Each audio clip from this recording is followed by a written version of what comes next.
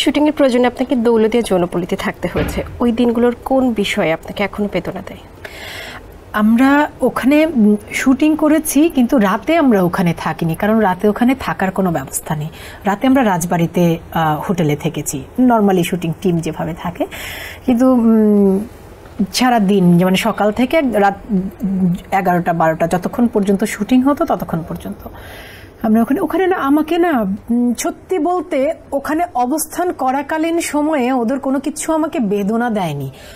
ওরা আমাকে এত ভালোবাসাপূর্ণ সময় দিয়েছে, সারাটা দিন ধরে শুটিংয়ের ফাঁকে ফাঁকে ওরা এসে আমার সাথে গল্প করছে। ওদের নানা ঘরের তৈরি জিনিস, দোকানের পাশেই কিন্তু দোকানও আছে, ওই ছোট্ট টং দোকান যেমন থাকে বা বড় দোকানও আছে, সবই আছে ওখানে। তো দোকানের জিনিসপত্র কিনে এনে খাওয়াচ্ছে নিজেদের।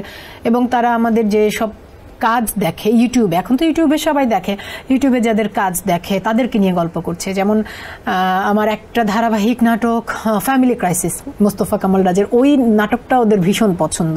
ওই নাটকে শেফালি খালা চরিত্রটা তাদের খুব পছন্দ, তারা শেফালি খালার কথা জিজ্ঞেস করছে। তারপর কাবিলা মানে পলাশ, হ্যাঁ, তো পলাশকে ওরা পলাশ বলে না, কাবিলা কাবিলা বলে। কাবিলার কথা বলছে যে ফ্যামিলি উনিও তো ছিল, এরকম মানে ওরা যে কাজগুলো দেখে সেগুলোর ব্যাপারে আরো অনেক অনেক শিল্পীর কথা বলছিল। এবং ওই সময়ে ওরা কিন্তু কেউ ওদের জীবনের কষ্ট, অপ্রাপ্তি, যন্ত্রণা এসব কোনো গল্প করেনি আমার সাথে, একদমই না। সারাটা দিন একেবারেই ওই যে হয় না যে আমরা ছোটবেলায় দাদু নানুর বাড়িতে বেড়াতে গেলে পাড়া প্রতিবেশী কাজিনরা, আত্মীয় স্বজনরা এসে যেমন সারাদিন গল্প সল্প করে, তেমন তেমন